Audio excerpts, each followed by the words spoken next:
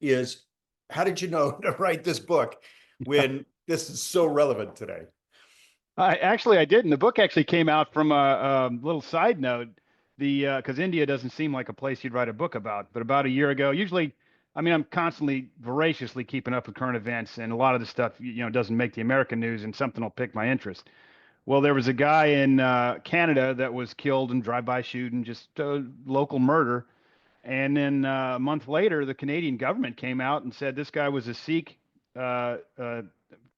dissident living in Canada, and the government of India killed him. The Research and Analysis Wing, their version of the CIA, had come to Canada and killed him. And I was like, what? That is crazy. Why would they do? I mean, you hear, sure, Vladimir Putin will do that. Iran's running Yeah. around whacking people, but India? And so I started doing research on it.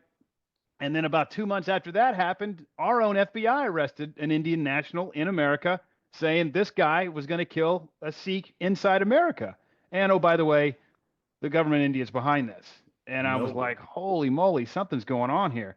And Yeah. so I started doing a deep dive research on it. And it turns out that the Sikhs want their own country inside India. And way back when, like in the 80s and early 90s, they were India's Al Qaeda.